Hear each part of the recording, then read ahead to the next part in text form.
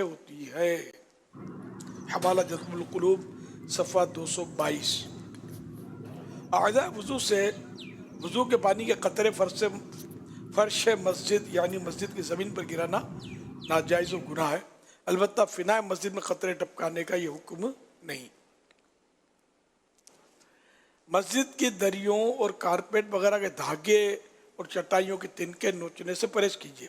ہر جگہ مثلا کسی کے گھر یا کہیں محفل وغیرہ میں جائیں اور اپنے گھر میں بھی اس بات کا خیال رکھیں۔ مسجد میں بعض لوگ بیٹھے بیٹھے بہت دری کی دھاگے نوچیں گے تو چٹائی تنکا کھینچ لیں گے، تو یہ بالکل یعنی کہ بہت بڑا مسئلہ ہے۔ جو بھی نقصان پہنچا ہے مسجد کو، یہ اول تو مسجد کی چیز کو، یہ وقف کی چیزیں ہوتی ہیں کو اپنی ذاتی تو ہی نہیں، نقصان پہنچایا تو یہ گناہ ہے۔ پھر یہ نقصان پیمنٹ کرنا پڑے گا، یہ کون کرے گا جا کے؟ بس دری کا تو ناس کر دیا، تیل لگا کے آئے، وہ سو گئے مسجد میں آ کر یوں سر رکھ کے کالا دھبا ڈال دیا، یہ کیا ہے؟ نقصان پہنچا نا۔ جو نماز پڑھے اس کو کتنی گھن آتی ہوگی۔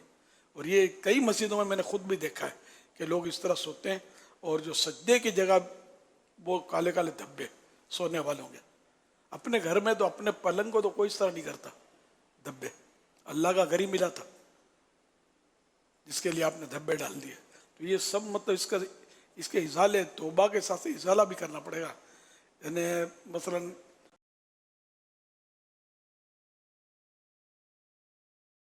اس کو دھلوانا پڑے گا، دھبا کسی طرح چلا جائے۔ اب اگر دھونے دھلانے سے مسجد کی دری کو نقصان پہنچا تو پھر اس کا نقصان بھی پیمنٹ کرنا پڑے گا۔ یعنی مطلب معلومات بھی نہیں ہے، اصل احساس ہو نا تو آدمی کر سکتا ہے۔ اب کسی گھر کے پاس دیوار پہ کھڑے ہوئے تو اس کا چونا اکھیڑ دیا، اس کا رنگ اکھیڑ دیا۔ یہ چوکنگ کرتے ہیں، دیواروں پر اشتہار لگاتے ہیں، ساتھ میں چونا بھی آ جاتا ہے، پتہ ہی نہیں ہے مطلب یہ ہم نے کیا ہے، مطلب احساس ہی نہیں ہے۔ ایک بزرگ کا واقعہ ہے کہ انہوں نے مطلب یعنی کہ اپنے ہاتھ دھونے کے لیے، پہلے صابن وغیرہ نہیں ہوتے تھے، تو کسی پڑوسی کی دیوار سے کچھ مٹی لے لی تھوڑی سی، اور کہ یہ سوچ کر لی کہ اب تھوڑی سی مٹی میں کیا ہوتا ہے، اتنی سی تو ہے، صاف کر لیا۔ تو یہ اب سوئے تو ان کو آواز آئی کہ یہ تو قیامت کے دن پتہ چلے گا کہ تھوڑی سی مٹی کیسے لی جاتی ہے۔ اس طرح کا واقعہ تصوف کی کتابوں میں لکھا ہے۔ ہمارے یہاں تو مطلب بالکل اس کا حاصلہ ہی نہیں کرتے ہیں، سمجھے؟ کسی کے مال کو نقصان پہنچانا تو کوئی مسئلہ ہی نہیں ہے۔ دکان پہ گئے تو یہ پھانک لیا منہ میں، فروٹ کی ریڑھی پہ گیا تو بیر منہ میں رکھ لیا، مطلب وہ دیکھ رہا ہے تو کیا ہوا، تو دل خوش تو نہیں ہوگا؟ کسی کا مال کھا لے، مروت میں ہو سکتا ہے نہ بولتا ہو، نہ کیا کرے، اجازت بھی نہ مانگا کرے۔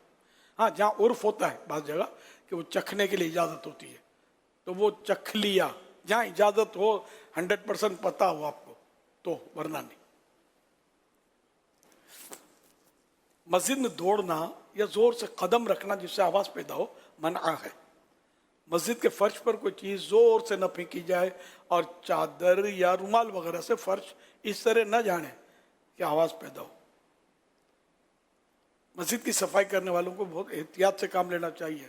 بڑی ہڑاہڑی کر دیتے ہیں بعض اوقات، مسجد میں صفائی کرنے والے شور مچا رہے ہوتے ہیں، ادھر ٹھا کر کے دری کا وہ گڈی جو پھینکی اس کی تہ کی ہوئی، تو ادھر جھاڑو پھینکا تو ادھر بالٹی پھینکی، تو یہ مطلب اپنے گھر میں بھی نہیں کرتے ہوں گے آپ، اللہ کا گھر ہے یار۔